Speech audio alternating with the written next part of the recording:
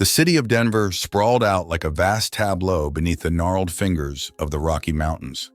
Amidst its sprawling plains and towering edifices, there was one who viewed the city as a puzzle to be solved, an enigma adorned in the trappings of modern life. Her name was Lara Sterling, a detective who knew the city's pulse as if it were her own heartbeat. Lara was a figure etched in the palette of contrasts. In her early 30s, the youthfulness of her face belied a maturity sculpted by her struggles. She bore the lean frame of a marathon runner, a consequence of her fraught relationship with food, a trauma that, much like a shadow, faithfully followed her throughout her life. Yet her steely gaze mirrored an unwavering resolve that refused to be eclipsed by her personal tribulation.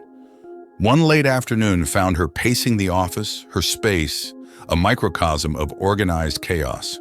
Stacks of files, a blizzard of post-it notes, and the quiet hum of an old computer fan painted a quaint picture of her work life. Her latest case lay spread out on her desk, a ghoulish web of documents all pointing to one locus, the city's oldest mortician's office. With each passing hour, Lara meticulously pieced together a picture from the fragments of invoices, mortuary reports, and witness testimonies. A series of bereaved families had found themselves burdened with an inexplicably high funeral bill. The numbers didn't add up. They seldom did in cases of fraud. Her fellow officer, Sergeant Hernandez, peered over her cubicle, a sympathetic furrow knitting his brows. "Sterling," he began, his voice carrying the raspy notes of a lifelong smoker. "You should take a break. Go grab a bite." His words hovered in the air, echoing the very internal struggle she grappled with every day. Eating, an act that others took for granted, was an arena where she wrestled with her ghosts. She offered a wry smile. "No time, Hernandez. There's something off about this case." It wasn't the cryptic numerical discrepancies that kept her awake. It was the haunting aftermath of the funerals that sent cold tendrils of unease slithering down her spine. Families reported strange occurrences, whispers of inexplicably synchronized movements, blank expressions that veiled a peculiar emptiness. The city that she had come to know so intimately was beginning to show signs of a malaise more profound than she could fathom. While the sun slipped behind the towering mountains, she pressed on, the glaring screen of her computer illuminating her features with an eerie glow. She drew strength from her scars. The persistence that had carried her through her darkest hours was now steering her toward an emerging truth. The night fell heavy around her, casting long shadows that danced upon the paper-laden surfaces. Yet Lara remained, a solitary figure suspended in a sea of emerging oddities. An opalescent dawn graced the city of Denver, its ethereal fingers sifting through the towering skyscrapers, casting them in an exquisite ballet of shadows.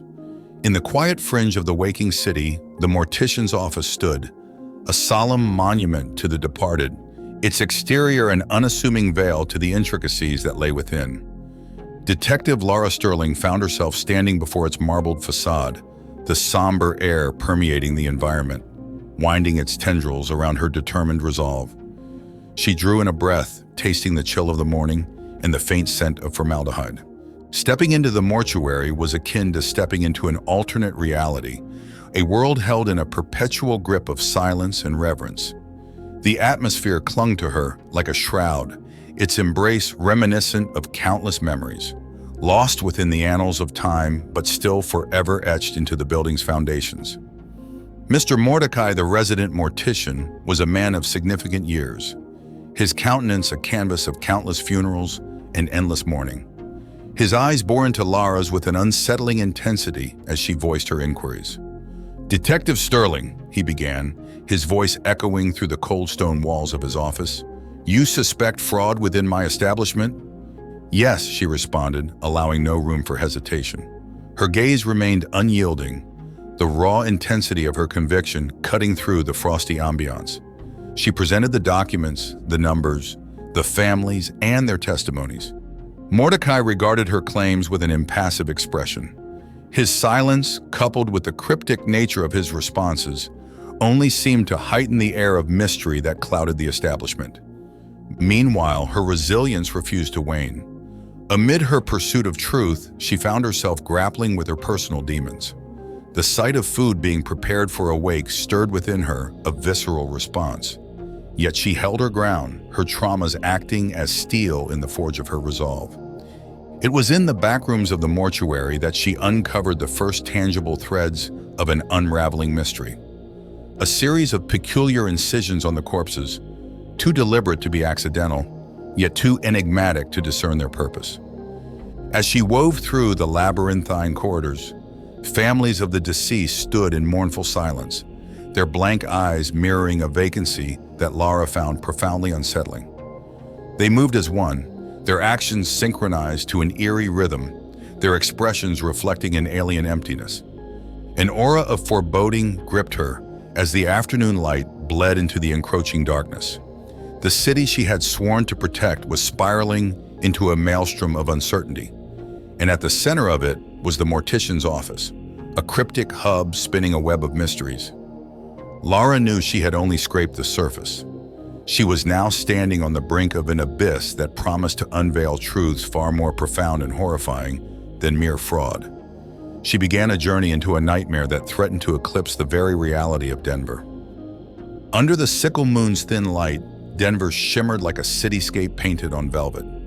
Its nocturnal guise bore witness to Lara's unyielding pursuit of the unknown. Inside her dimly lit office, amidst a hurricane of documents and theories, she searched for a key to unlock the enigma that had ensnared the city. The peculiar incisions she had uncovered in the mortuary had led her to consult Dr. Priya Kapoor, a renowned pathologist. The scent of sterile antiseptic filled the room as they met at the city morgue, Lara's apprehensions reflected in Priya's wide mahogany eyes. "Detective Sterling," Priya began, her voice wavered as she held up a thin, translucent slide for Lara to observe. "I have never seen anything quite like this before." Under the microscope, a biological architecture of alien origin materialized, a parasite born from the womb of the cosmos. Its design was as beautiful as it was terrifying, a haunting testament to life beyond the veil of their understanding. The revelation sent tremors through Lara's universe, fracturing the reality she once knew. The parasite, it seemed, was a puppet master, its strings woven into the minds of the hosts, playing a macabre symphony on the stage of their consciousness. Its influence could account for the synchronized movements, the vacant expressions, and the odd behavior of the bereaved families. The realization bore an insidious chill into Lara's bones. A profound dread began to cloak the city, and within its icy grasp, an existential horror took root. The boundaries of her world blurred, the cosmic horror seeping into the edges, tainting everything with a terrifying shade of the unknown. Within the grand design of this horror, she found herself engaging with her trauma in unforeseen ways. Each interaction with food, often during mournful wakes, became a battlefield where she confronted her fears, as well as her resolute will to persevere. Her encounter with a parasite-controlled individual, Mrs. Whitaker, was a haunting affair. A once vibrant woman, now reduced to an alien husk, her actions dictated by the celestial puppeteer within.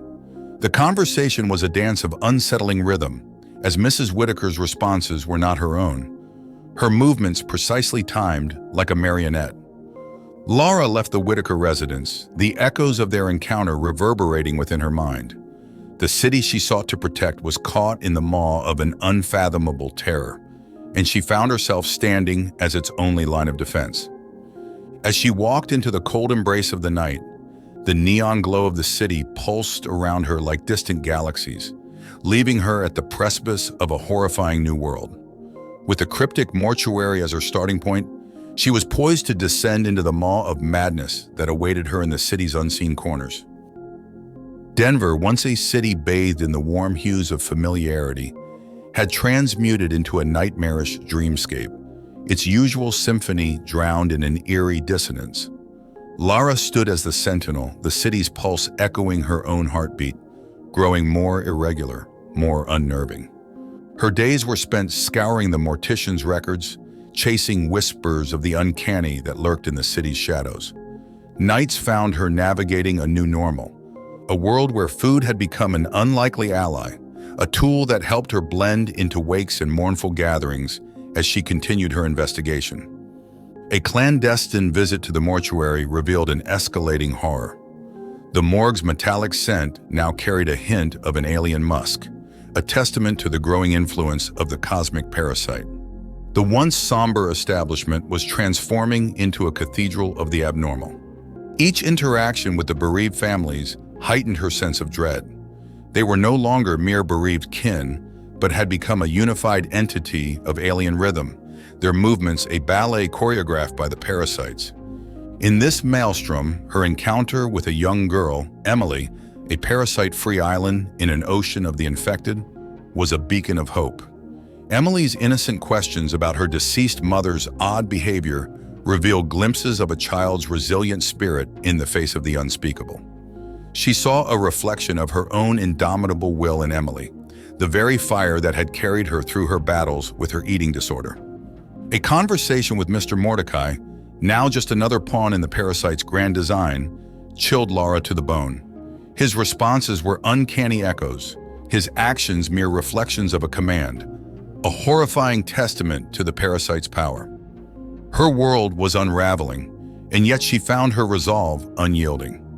Her personal demons no longer lurked on the edges of her reality. They stood by her side, guiding her through this newfound darkness. Her trauma, her battles with food, had become her armor, forging her into a beacon of hope in the encroaching darkness. In the labyrinthine depths of the mortician's office, she discovered the parasite's breeding ground. Encased in a shimmering cosmic sac, a grotesque spectacle of birth and domination unfolded, plunging her into the maw of madness. As she retreated from the terrifying revelation, Denver's streets welcomed her with their hushed whispers, each echoing the horror that lay within the city's heart. The mortuary, the bereaved families, and the terrifying parasites had set the stage for the final act of this cosmic drama. The battle lines were drawn, and Lara found herself standing on the precipice of a climax that promised to shake the very foundations of her world. The twilight hour descended upon Denver, casting an ethereal veil upon the city now held in the grip of a celestial menace. The sun bled out its final hues, as if mirroring the city's plea for salvation. Amidst this cosmic opera, Lara Sterling emerged as a stalwart figure, armed with resolve born from the ashes of her personal traumas. In the quiet sanctum of her office, she charted her final gambit. With Dr. Kapoor's aid, they unraveled the parasite's vulnerability. The creature, though of alien origin, was not invincible. Its life cycle was its Achilles heel, a brief window where it lay exposed before its grand orchestration of infection. The plan was as audacious as it was dangerous, a desperate strike at the heart of the cosmic horror. With the city's future hanging in the balance, Lara embraced her daunting task, the echoes of her own struggles lending her courage in the face of the unknown. The final act unfolded at the heart of the mortuary. The alien incubator, pulsating with an eerie luminescence, lay at the center of this maelstrom. Her entry into the room was a step into the alien symphony, her senses assaulted by the unholy sight of the parasite's breeding ground. The confrontation with the parasite-infected Mordecai was an eerie dance. The man she had known was lost, his humanity consumed by the alien parasite. Yet, as she grappled with him, the words she spoke were not directed at the man, but at the entity within. Her monologue was a testament to the human spirit, a twilight requiem for those lost and a beacon of hope for the survivors. As she spoke, her words hung in the air, heavy with purpose in the weight of her struggles, both against her eating disorder and the cosmic puppeteer. With Mordecai subdued, she initiated the containment protocol that she and Dr. Kapoor had designed. The room shuddered as the purification process commenced, the air filled with a piercing sound that left the parasites writhing. It was a sound of liberation, a requiem that played a harmonious counterpoint to the parasite's horrifying symphony. In the aftermath, Lara found herself in a world reborn from the ashes of horror. The once ominous mortuary now stood as a testament to a city's resilience, its silence no longer threatening but comforting. The bereaved families were freed from their cosmic puppeteer, their blank expressions replaced with the warm hues of human emotion. As she walked the streets of Denver, Lara felt the city's heartbeat align with her own. Her journey had been one of darkness and revelation, where personal demons became allies and fears turned into strengths. The world had been pulled from the brink of a cosmic abyss, its savior a woman whose strength was as immense as the universe itself. The cobblestone streets of Colorado Springs laid out beneath an ink-smeared twilight canvas, hummed with the faint echo of Eli Sutherland's past. The crisp air stirred memories within him, whispers of forgotten childhood laughter, and the ominous murmurs of nascent paranoia that had once sent him running. He had been a fledgling then, thrown into the harsh wind before he had learned to fly. Now he returned a determined man, the burn of relentless pursuit etched deep in his sapphire eyes. Eli strolled past the familiar storefronts, each appearing as ghosts of his past. His gaze then landed on the imposing building of the local police station. An odd unease crept into him, fed by recent rumors of an unearthed ancient settlement below the very foundations of the station. His journalist instincts tingled, drawn to the mystery like a moth to a flame. He pushed through the heavy police station doors, the scent of stale coffee and decades-old paperwork teasing his nostrils. His eyes scanned the room until they landed on Sheriff Matthews, an old chess opponent and an unintended mentor from his youth. "Evening, Eli," the sheriff greeted, a half-smile crinkling the corners of his eyes. His voice echoed a silent question. "Why are you back?"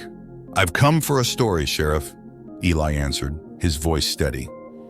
He noticed a flicker in the sheriff's gaze, a slight narrowing of the eyes. Eli wondered if the man had already been touched by the shadow of the newly discovered settlement.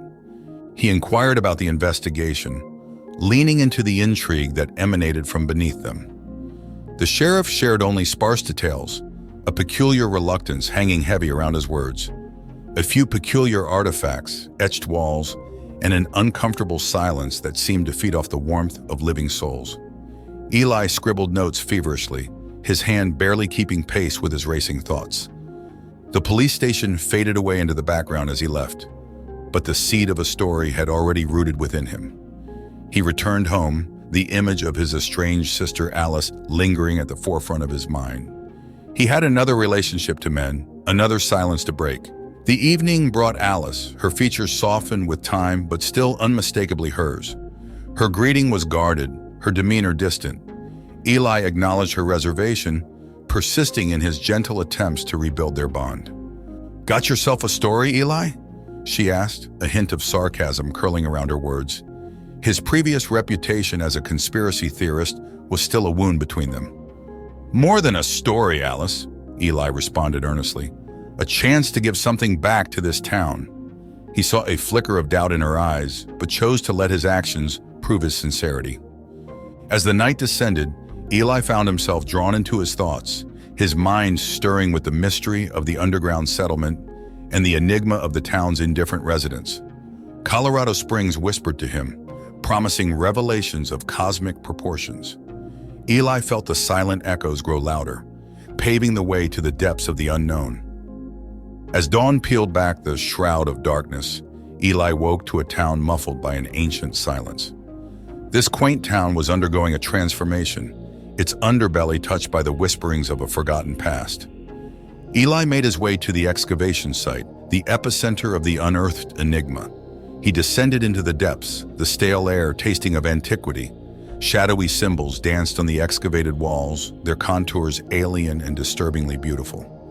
They seemed to hum with an old rhythm that called to the primordial echoes within him.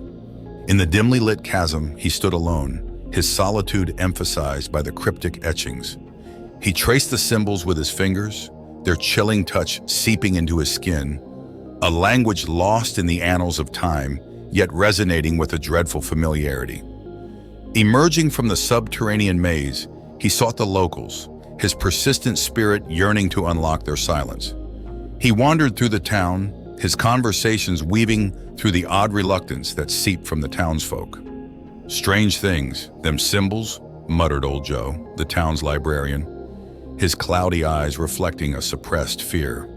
Eli noted the trembling of his hands, the unsteady rhythm of his words, the undercurrent of dread that clung to the conversation.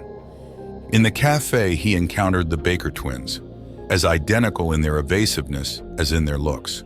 Their eyes flickered with a shared secret, their smiles a bit too fixed, their responses too practiced.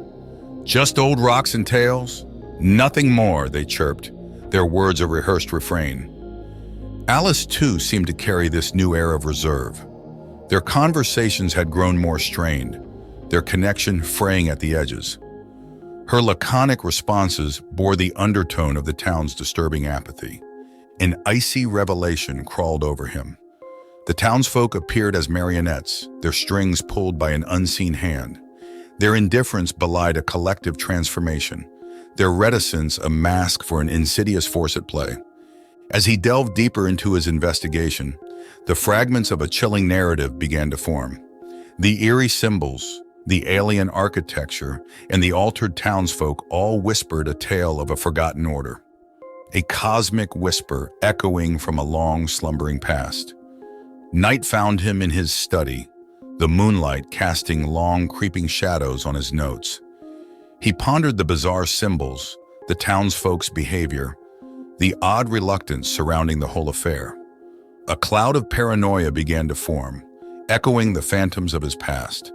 The ordinary town he had once known was transforming into an unfathomable enigma, its veil of normalcy ripped apart to reveal a stirring underbelly. The once familiar town now held a grotesque transformation in its heart. Eli found himself standing on the edge of a precipice, the yawning chasm of mystery swirling below, threatening to engulf his sanity. His waking hours were consumed by cryptic symbols and whispered legends, his nights haunted by the specter of an unseen cosmic entity. He sought to piece together the fragmented narrative, his journalistic persistence pushing against the ominous tide of the unknown. He returned to the townsfolk, his ears straining to catch the murmur beneath their rehearsed dialogues. At the local inn, he found Martha, the town's historian. Her hushed tales of a long-lost cult, their worship of a celestial deity, their promised salvation, sent a chill down his spine. He listened, his pen poised over his notebook, his heart pounding with the pulse of the unfolding mystery. His trail then led him to Alice, their ties strained by the enigmatic influence pervading the town. He observed her from a distance, her usual lively demeanor replaced by an unsettling tranquility. He longed to reach out, to break through the seemingly impenetrable barrier that had grown between them. Yet an invisible force seemed to hold him back. His sister's transformation was a silent confirmation of his worst suspicions. His conversations with her echoed the same bizarre dissonance that tainted the town. He confronted her, his words dripping with concern. "Alice, don't you see what's happening?" Her dismissive laughter was his only reply, a chilling resonance of denial. His paranoia, once dormant, now clawed at his sanity. As he delved deeper into the mystery, he found himself surrounded by a distorted reality. The veneer of normalcy was now tainted with an ominous hue, each local a puppet dancing on the strings of an unseen puppeteer. The dread of isolation began to creep in, his lone voice drowned in the chorus of denial. He found himself trapped in a chilling paradox, a spectator of the disturbing spectacle, yet a player in its unfolding drama. His nights became a battleground, his dreams invaded by cosmic horrors and shadowy cultists. The line between reality and nightmare began to blur, the whispers of the forgotten now roaring in his ears. His own sanity seemed to waver, the shadow of the unknown threatening to swallow him whole. His descent into the abyss had begun in earnest, the trail of whispers leading him deeper into the heart of cosmic dread. In the heart of the town, beneath the veneer of everyday life, a cosmic play was unfolding, and Eli found himself walking onto its grand stage. An unsettling stillness hung over the town as he began his descent, a palpable prelude to the crescendo of cosmic horror. He infiltrated the clandestine meeting of the Dark Order, held deep within the catacombs of the unearthed settlement. The sight that greeted him was a portrait of abject terror. Men and women swayed in rhythm, their chant a symphony of forgotten languages, their eyes empty voids reflecting an alien cosmos.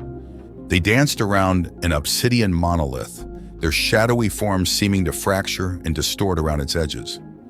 The symbols from the walls came alive in this sinister spectacle, the once unfamiliar contours now dreadfully clear in their sinister intent. Eli watched from the shadows, his heart hammering against his ribs, his sanity teetering on the brink of collapse. His senses were overwhelmed by the surreal display, the spectacle seemingly woven from the fabric of his darkest nightmares. His journalistic curiosity warred with primal terror.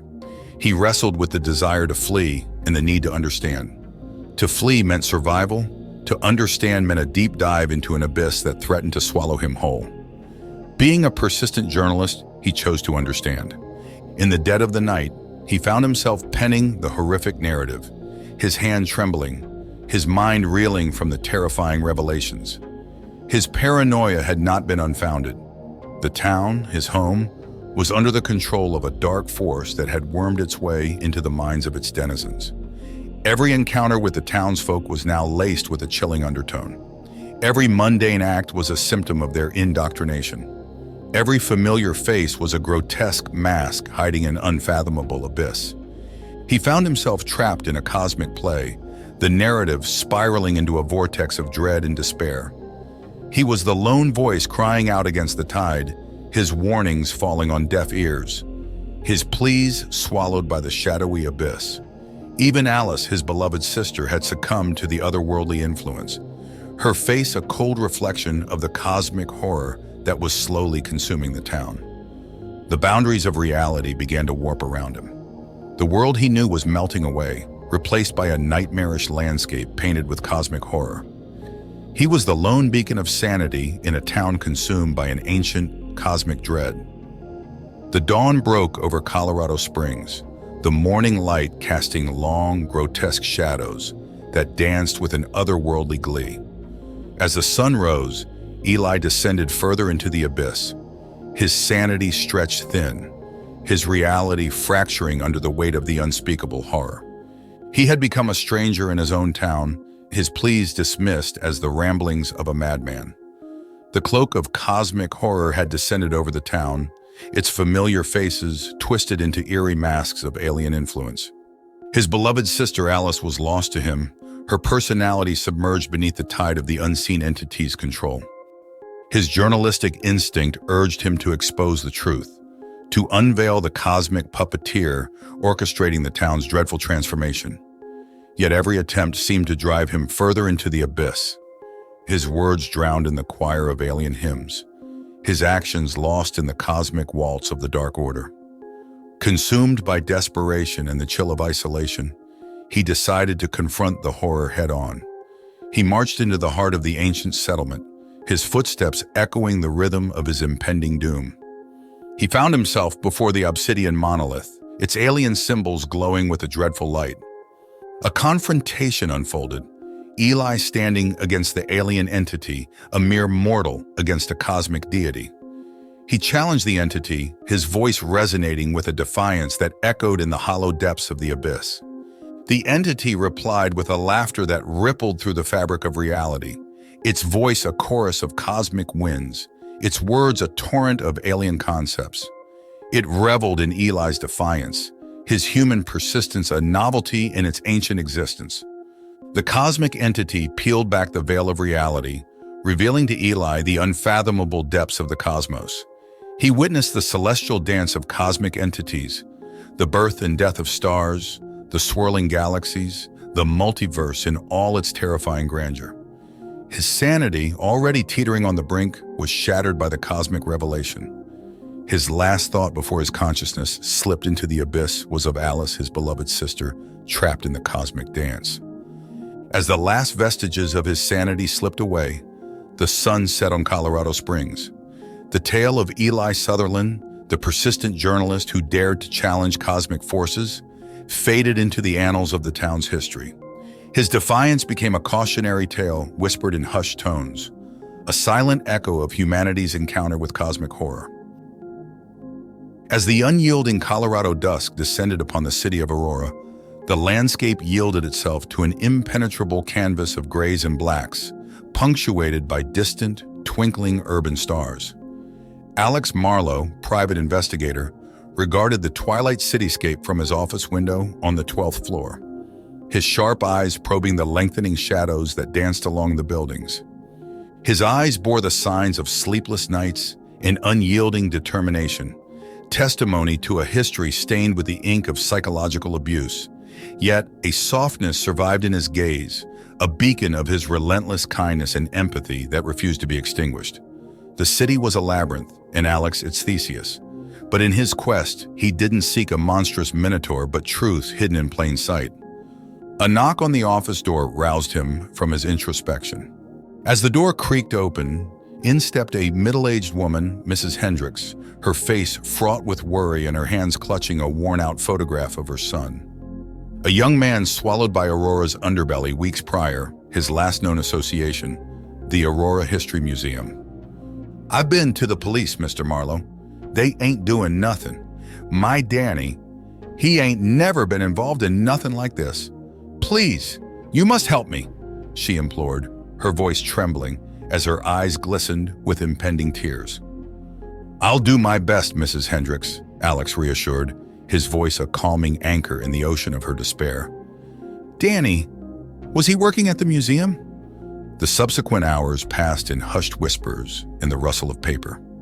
Mrs. Hendricks provided details about Danny's friends, his odd late-night outings, the strange symbols scribbled in his notebook, and finally, his association with the museum. The mother left his office with a glimmer of hope, the same glimmer that had driven Alex into this line of work. After she had left, he sunk into the worn-out leather of his chair, his gaze turning to the photograph of a bright-eyed young man, swallowed by the city's voracious appetite.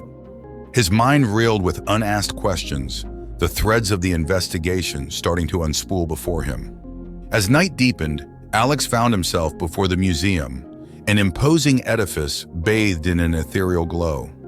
The city's heart beat with hidden stories, a symphony of silence echoing the tales of forgotten times.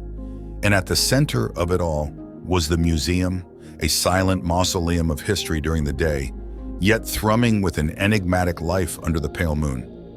A sense of foreboding tugged at his intuition as he stared at the closed doors.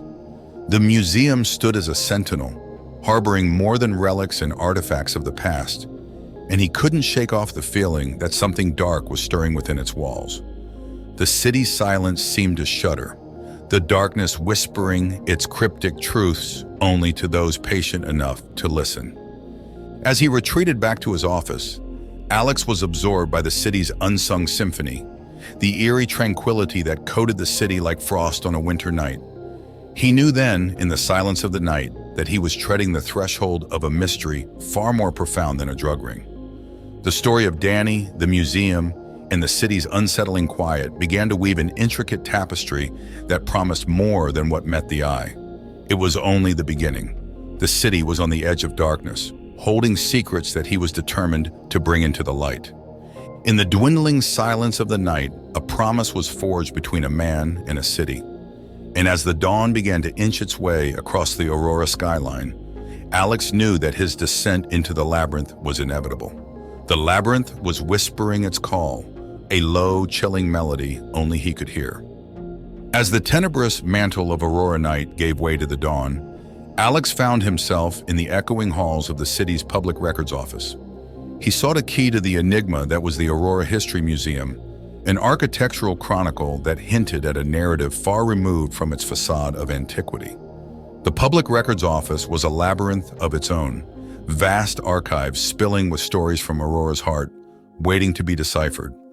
He spent hours combing through yellowed documents and cryptic ledgers. The museum's origins, its founders, their uncanny fascination with ancient relics, and their mysterious trips to remote corners of the world started to unfold like a forgotten tale. He meticulously noted strange symbols that frequently appeared in the records, symbols akin to those Danny had obsessively scribbled. These were the cryptic whispers of the unseen cult that hid in plain sight. His inquiries led him to an old custodian, Arthur, a man seemingly as old as the archives themselves. Arthur, in his years of service, had become a living chronicle of the city's tales, including those shrouded in hushed rumors and forbidden whispers. "You ask about the museum, son," he croaked, peering at Alex over the rim of his spectacles. "You won't find what you're looking for in those dusty records. The museum, it's got its own heartbeat, see? And it's been beating strange these days, it has." "Strange how?" Alex probed, his curiosity piqued. "Can't say rightly," Arthur admitted, eyes glinting cryptically. "But it's in the air, ain't it? That unease, like a storm is coming. You feel it?" He felt it indeed. The very air seemed saturated with a dark anticipation that thrummed against his skin, an invisible dread looming over the city. Later that night, he once again stood before the imposing museum, its nocturnal guise more ominous than ever. As he descended into the museum's basement for an unauthorized visit, the silence seemed alive, pulsating with secrets. The subterranean chamber was an ocean of shadows with the faint outline of exhibits looming like otherworldly creatures. And there, in the dim light, he discovered an artifact that wasn't in any of the records. A black figurine of an indescribable deity carved from obsidian. As he held the figurine, he felt a peculiar resonance, an unseen power humming beneath its cold surface. It was a grotesque beauty that called out to him, whispering the promise of truths that danced tantalizingly just out of reach. The discovery only deepened the mystery. The figurine, the drug ring, Danny's disappearance, and now the cryptic whispers of a cult were coalescing into an enigmatic symphony that seemed orchestrated by the city itself. His breath echoed in the silence as he stared at it. The world seemed to hold its breath, waiting, listening, anticipating. A shiver of dread and excitement coursed down his spine, amplifying his heartbeat in the silent chamber. He felt an inexplicable pull towards it, towards the deeper mysteries it promised, towards the dark abyss it represented. His world was about to shatter, and he was willingly stepping towards the precipice. With the black figurine securely in his pocket, he stepped out of the museum, his eyes reflecting the moon's haunting glow. The city's heartbeat was louder now, pulsating in sync with his own, whispering promises of the unfathomable.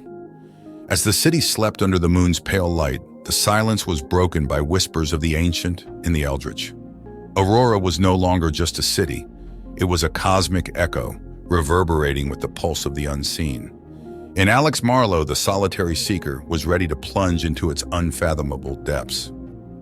As the Aurora dawn gave birth to another day, Alex found himself ensnared by the lure of the obsidian figurine.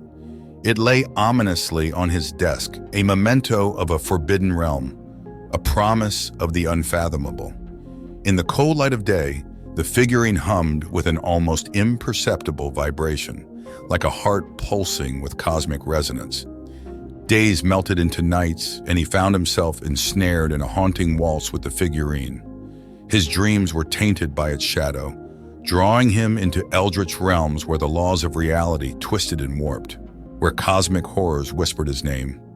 Awake, he was relentlessly pursued by its influence, each tick of the clock echoing the cryptic pulse of the artifact. In the sun-bleached corners of Aurora's library, Alex immersed himself in esoteric texts and forgotten tomes. He studied symbols and sigils, akin to those he had discovered in Danny's notebook, learning the ancient language of the unseen cult. He came to understand the deity represented by the figurine was not a god from any human pantheon, but a celestial entity whose origin was rooted in the darkest corners of the cosmos. His journey into this arcane knowledge was a lonely path, his only companions the specters of paranoia and obsession. Yet every revelation led him deeper, fueling his resolve to uncover the cult's objective. He learned of their dark intent, not to merely wield power within the city, but to rouse an ancient cosmic entity from its slumber, a deity that lay beneath Aurora, an eldritch titan entwined with the city's foundation. As he shared his newfound knowledge with Mrs. Hendricks, her face paled under the weight of the revelations. His voice echoed in the small confines of his office, a somber symphony of despair and fear, spun with an undercurrent of determined resolve. "They're using the despair, the sadness of this city, to awaken it, Alex confided. The words tasted bitter on his tongue, yet he found a perverse comfort in their truth. Mrs. Hendricks's eyes were pools of horror, reflecting the monstrous reality they now faced. Yet, amidst the dread, a spark of hope flickered resiliently. "Then we must stop them, Alex." Her words were a buoy in the encroaching tide of chaos, a beacon illuminating the path that he had to tread. The figurine pulsed ominously in his pocket, as if resonating with the magnitude of the task they had undertaken. As night fell, he visited the museum once more.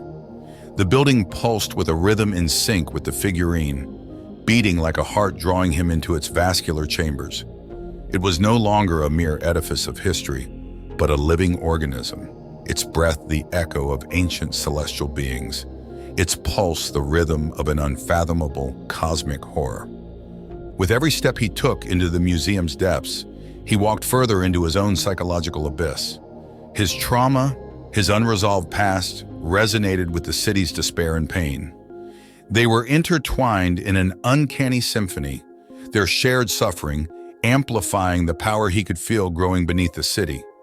His fear intertwined with exhilaration, a horrific yet captivating crescendo building as he ventured into the unfathomable depths.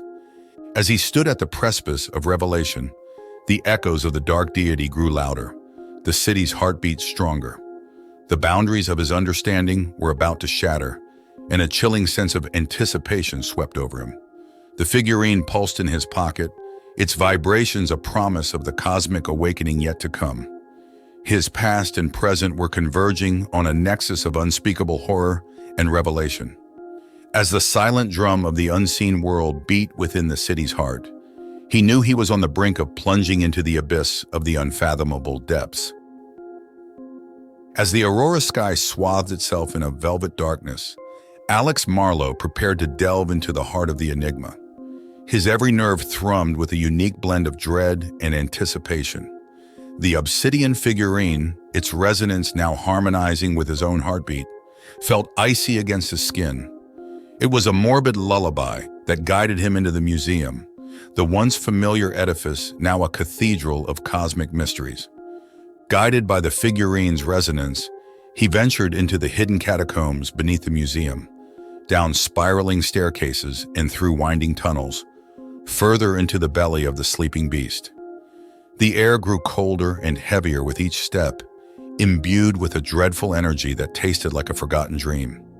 Symbols akin to those found in the old documents in Danny's notebook decorated the catacomb walls, their luminescence casting an otherworldly glow on the subterranean path.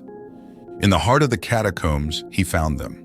Hooded figures gathered in a cavernous hall, their murmurs a cacophony of whispered prayers, their bodies swaying in a rhythmic dance that mirrored the pulsations of the figurine.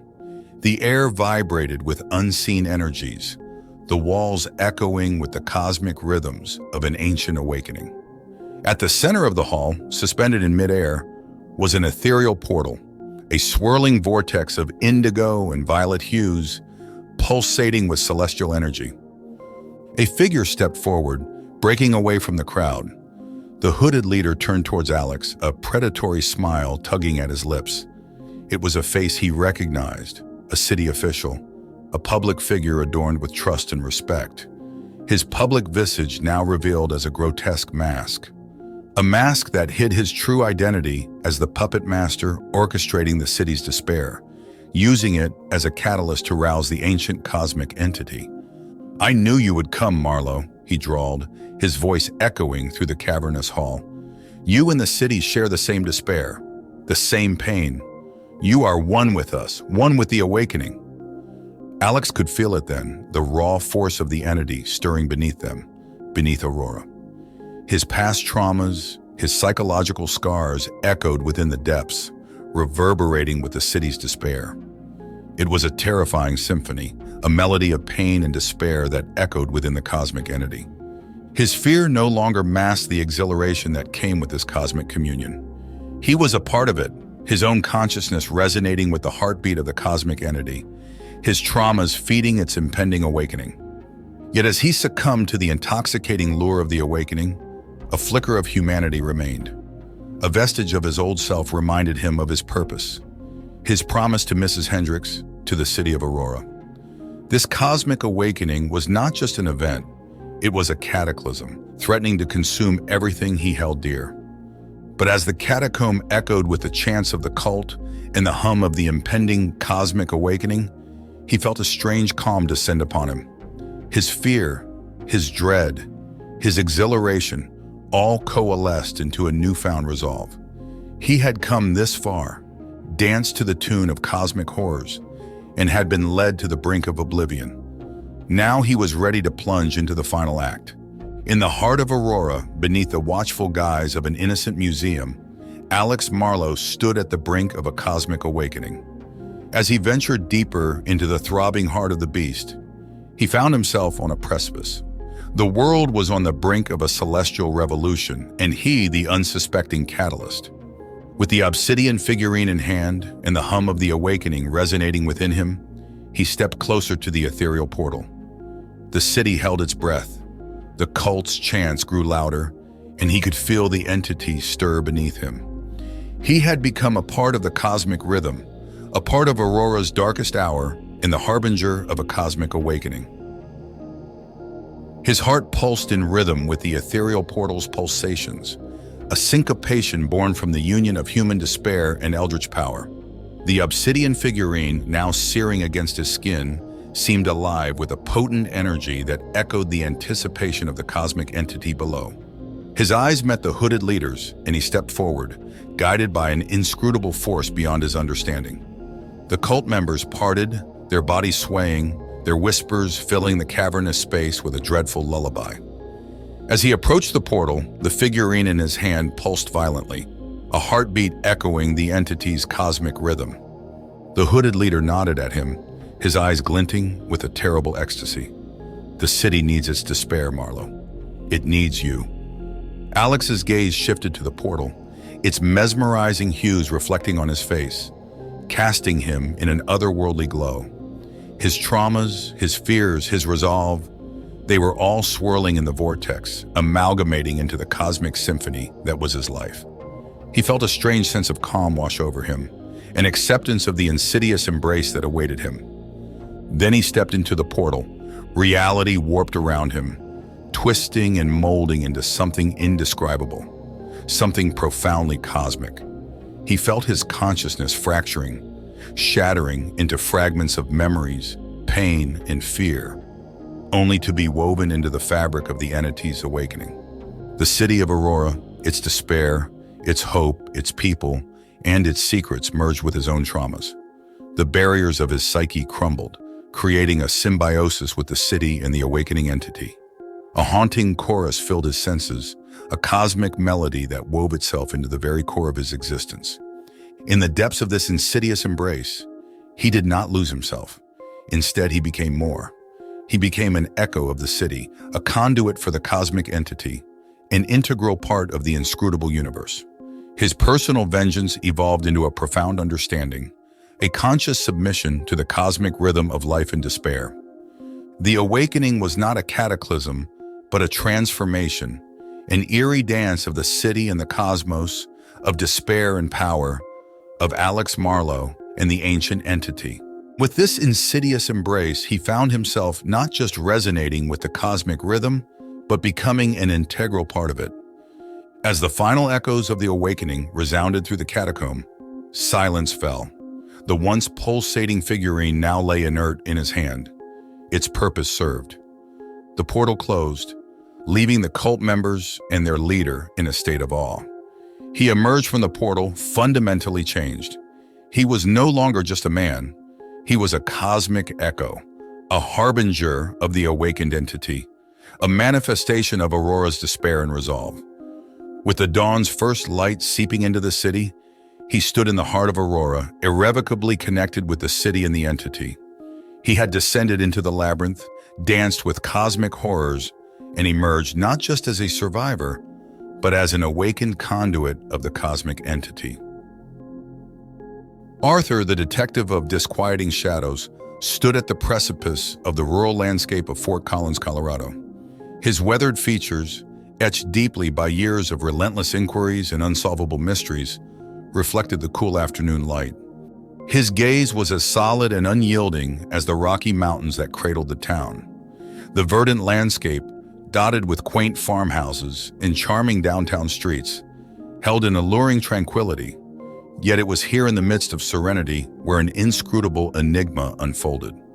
Arthur had been called to investigate an uncanny series of thefts, not from the town's residents, but from its most silent citizens, those who resided in the local graveyard. His well-worn leather boots crunched the gravel as he entered the cemetery, its archaic wrought iron gate creaking a somber melody that echoed off the moss-covered headstones. The graveyard caretaker, a frail, weather-beaten man named Earl, found Arthur amongst the solemn sea of stone. "It's like the devil himself has taken a liking to us," he murmured, eyes darting nervously among the headstones. "We can't explain it, Detective. It's like these thieves are invisible." Arthur looked at Earl. "Sometimes the invisible is merely the unobserved," he said, his voice as steady as the sturdy oaks surrounding them. His words were drawn from the silent well of his past, filled with unseen horrors and brutal memories. His history of trauma hadn't weakened him, but rather solidified his resolve. He began his investigation, meticulously examining each desecrated grave. The sun's journey toward the horizon cast lengthening shadows, turning the cemetery into a landscape of haunting contrasts. Amid the vanishing daylight and the silent rustling of leaves, Arthur felt a prickle of familiarity, the slow gnaw of dread, the chilling hint of an enigma that belied its superficial facade. Before leaving, he paused, looking over the graveyard one last time.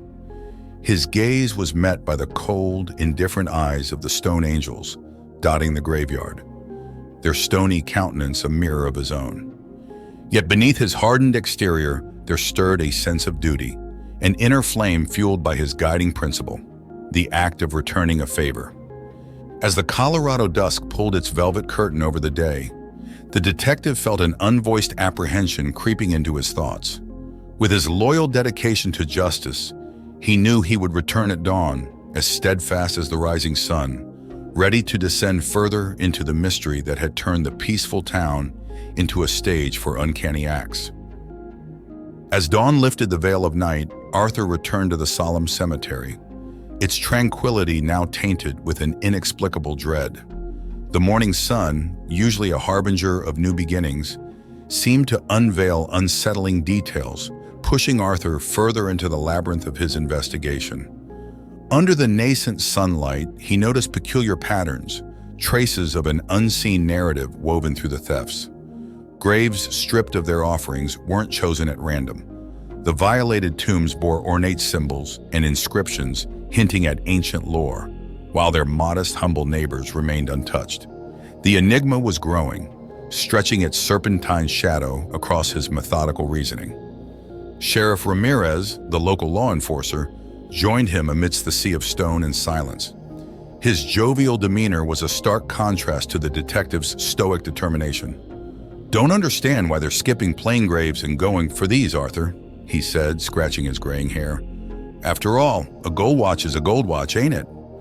Arthur's gaze was lingering over an intricately engraved headstone as he replied in a low rumble. "This isn't about what can be pawned off, Ramirez. It's about the symbolism, the purpose beyond our understanding."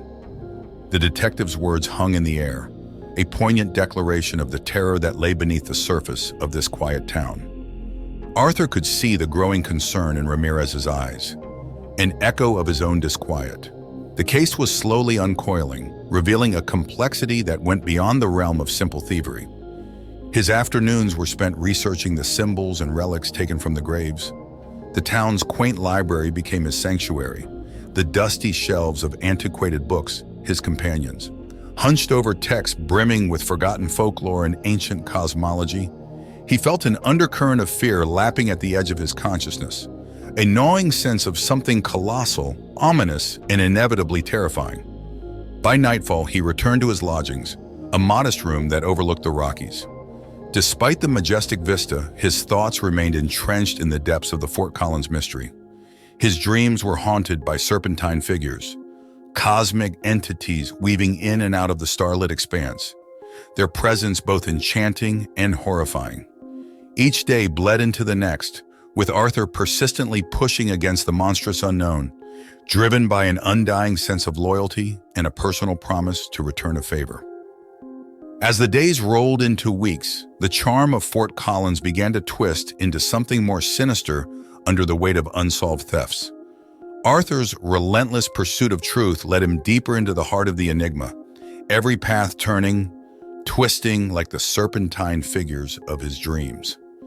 His determination, carved from the bedrock of past traumas and bolstered by an unyielding sense of loyalty, never waned. Under the pale moonlight, he found himself yet again in the chilling embrace of the graveyard.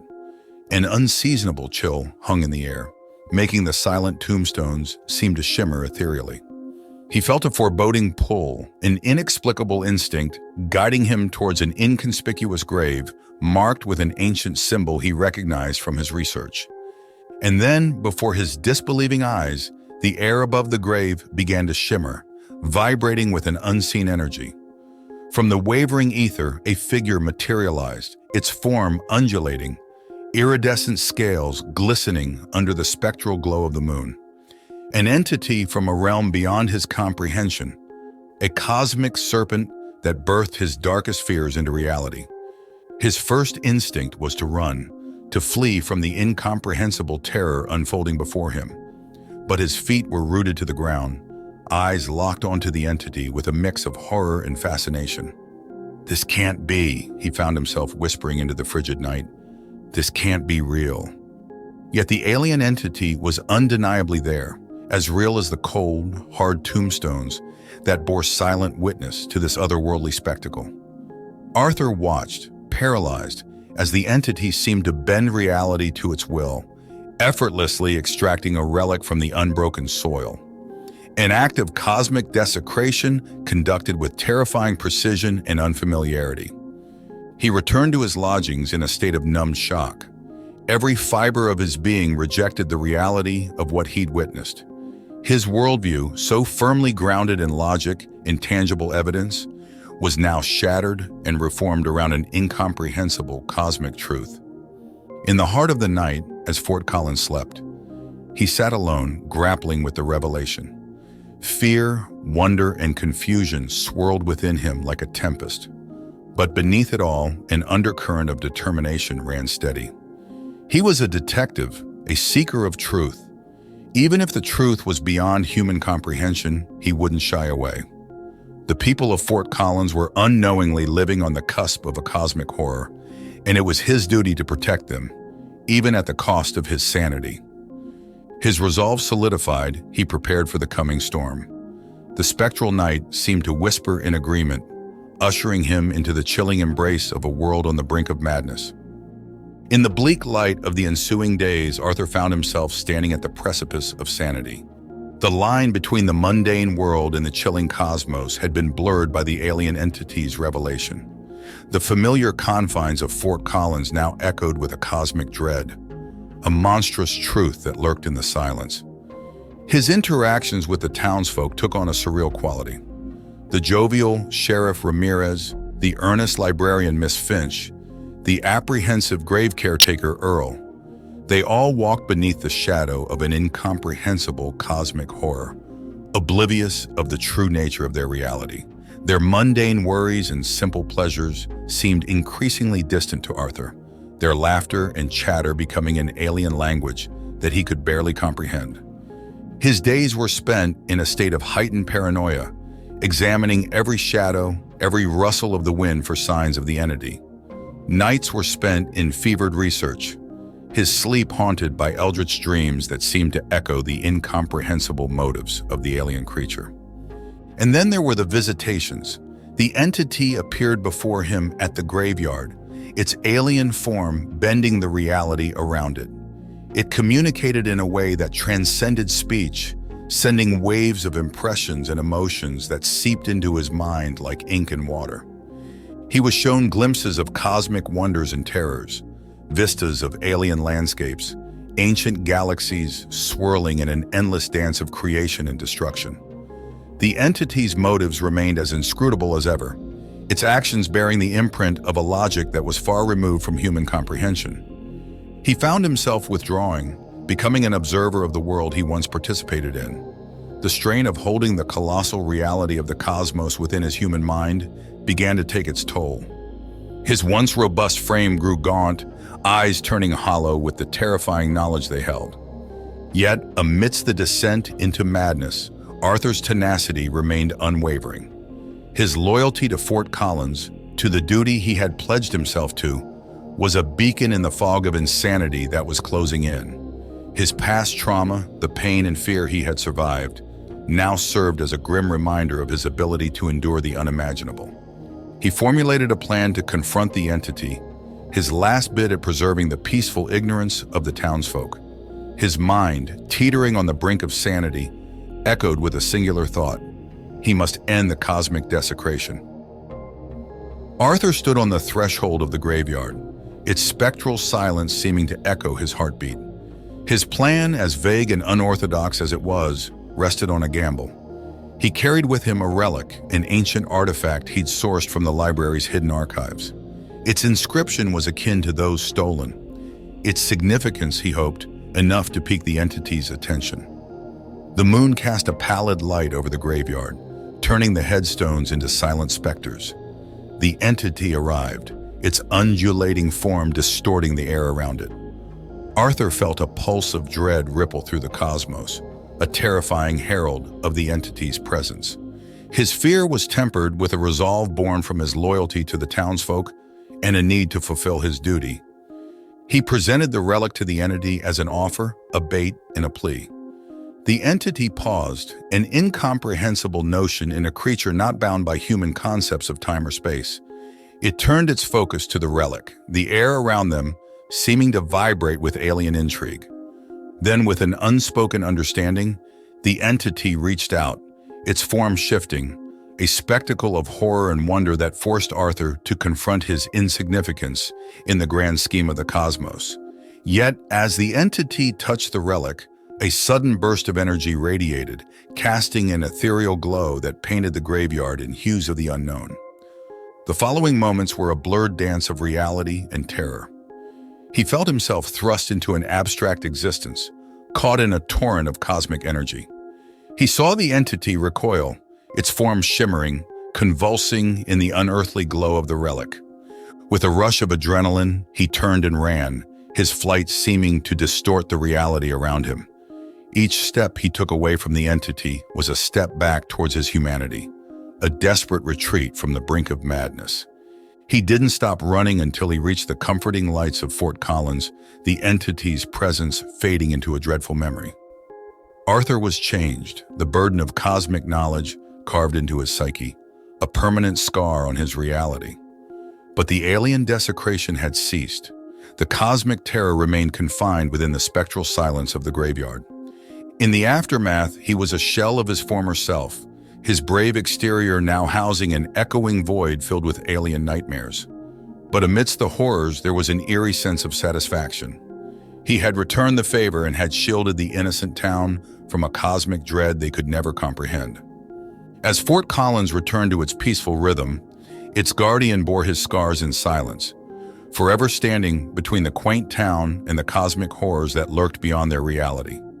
His escape was but a temporary reprieve, a terrifying interlude before the cosmic horrors would beckon again, calling out to him from the depths of the abyss. The air hung heavy in the hushed town of Lakewood, Colorado, with a silent, sober palette of grays and blues that mirrored the austere life of its inhabitants. Among these stoic souls was Paul, a man of quiet strength and taciturn countenance, his life a testament to fortitude in the face of tragedy. He sat in his den, weathered fingers gently tracing the delicate outline of a woman's face in a faded sepia photograph. It was a ritual, his silent requiem to the mother he had lost too early in the vagaries of life. Her smile was trapped forever in the still frame, unchanging, undying, an echo of a love that time had been unable to erode. The soft afternoon light slanted through the window, painting an ethereal glow around the edges of the photograph, a halo around his mother's face. There were no tears in his eyes, only a quiet intensity that spoke volumes of battles fought and won within the confines of his soul. Paul's life was an interplay of light and shadow, the light of his kindness, his fairness to all, and the shadow of his traumatic past. His generous nature was known throughout Lakewood. He had a way of making people feel heard, of soothing their troubled spirits. His mother had always told him, "Words, my dear boy, are the most powerful tool a man can wield." Perhaps it was these words that had guided him into the realm of journalism, his articles a beacon of light for the little town, often enshrouded in its own darkness.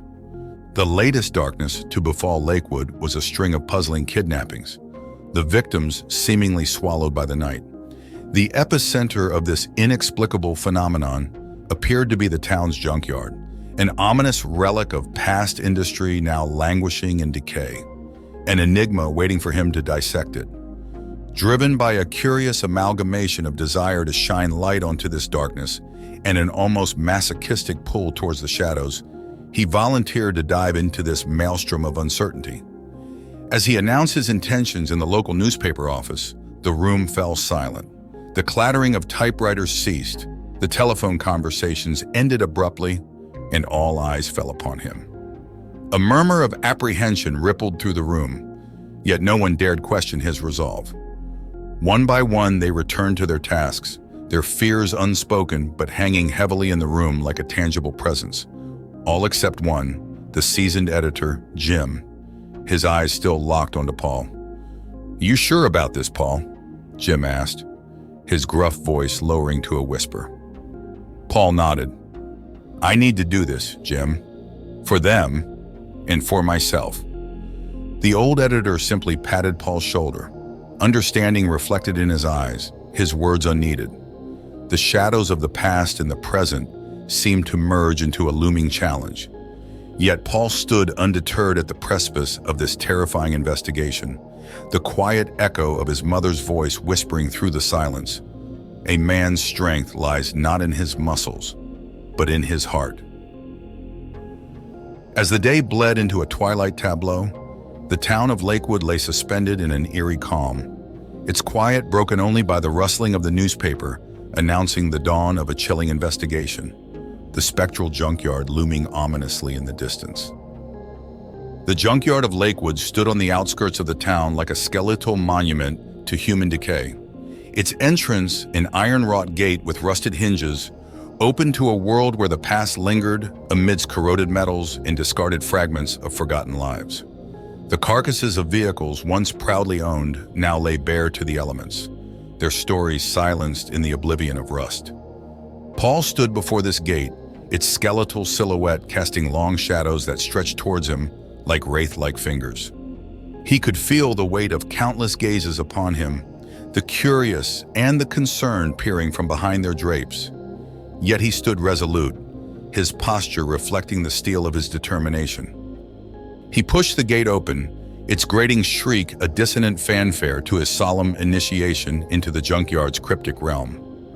The junkyard's custodian was a gnarled figure named Old Tom, a man who seemed as ancient and weather-beaten as the scrap that surrounded him.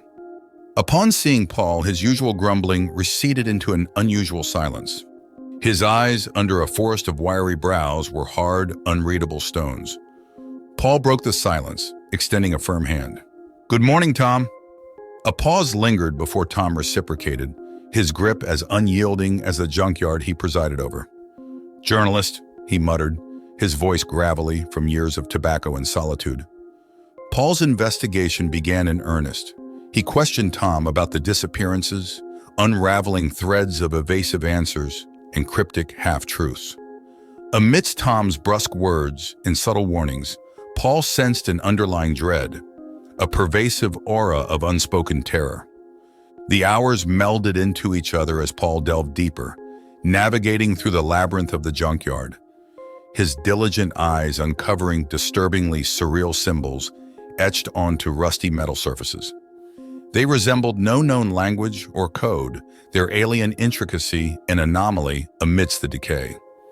As dust painted the sky in strokes of flaming oranges and reds, a cacophony arose from the bowels of the junkyard, a dreadful wailing that shivered through the air, rattling his resolve. It was not mechanical, nor was it human. It was a discordant symphony of anguish and dread that faded as suddenly as it had begun, leaving behind an eerie silence and an insidious feeling of being observed. He left the junkyard that day, its looming silhouette a grotesque specter against the twilight sky.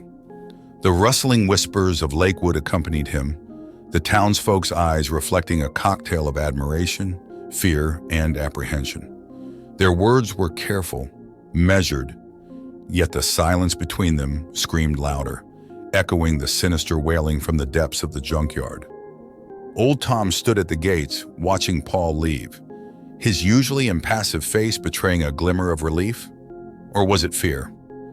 "I hope you know what you're stirring, journalist," he called out to Paul, his voice carried on the dying wind. The cryptic warning hung in the air, the final note of the day's eerie symphony. Dawn graced Lakewood with an air of unspoken dread, a languid light piercing through the slumbering town, drawing long, creeping shadows from the corners. Paul, his rest perturbed by a night of restless visions, found himself at the cusp of these converging lights and shadows, both literally and metaphorically. The eerie wailing of the junkyard echoed in his mind, resonating with his unease. As he readied himself for another day at the grim monolith of decay, his reflection stared back at him, a mirror image of a man caught in the crossfire between reality and a burgeoning nightmare. The cafe's clamor subsided as he walked in, conversations trailing off, gazes averting and yet subtly trailing his path. The silent reverence afforded to a man walking a path none dared tread was palpable. Nestled in the corner of the cafe was Martha, the town's historian and former spiritualist. She beckoned Paul over, her eyes holding a glimmer of something resembling fear and fascination. Over cups of tepid coffee, Martha unveiled Lakewood's forgotten lore, a tapestry of chilling narratives embroidered with whispers of an ancient curse, a cautionary tale handed down generations.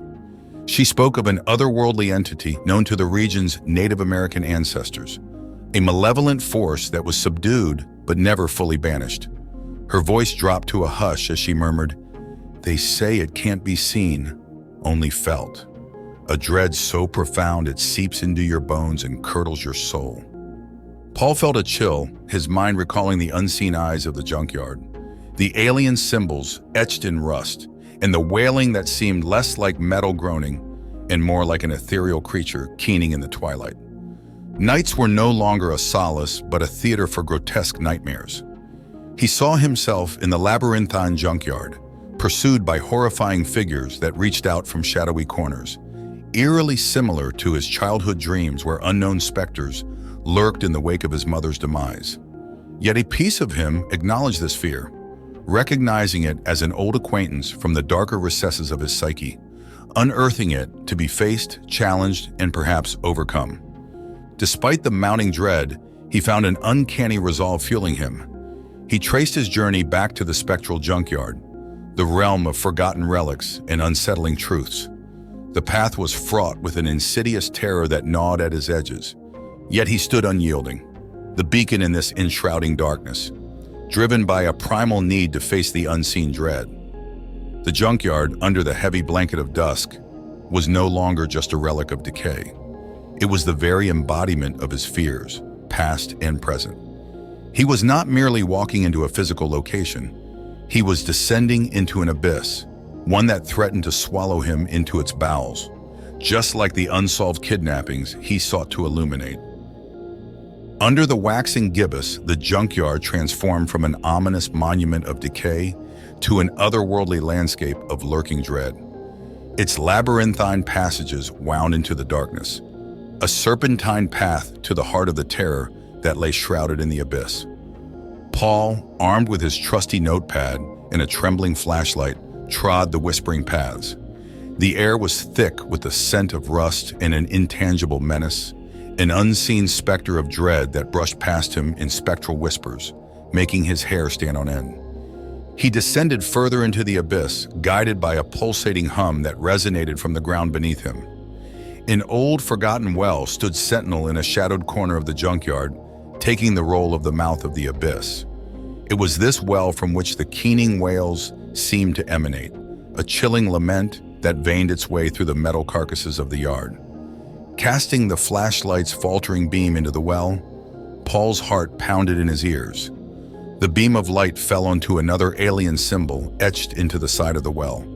It was alive, pulsating with a strange, hypnotic glow. The earth beneath him trembled, and he felt an inescapable pull, a voiceless beckoning from the unseen depths.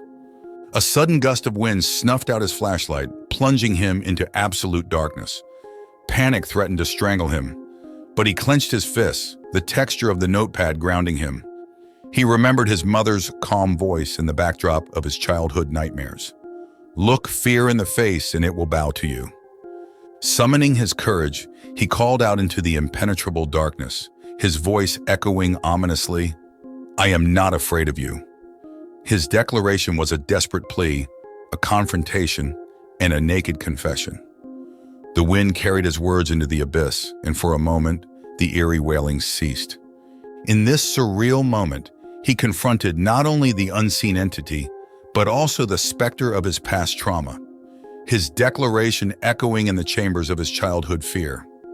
His heart pounded, yet he stood his ground, a pillar of resilience against the unseen horror. With a sudden onslaught, the wailing resumed, a cacophony that threatened to shatter his resolve.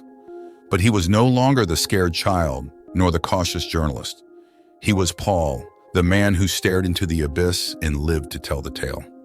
The sudden return of his flashlight beam broke his trance, illuminating the terrifying spectacle of the well.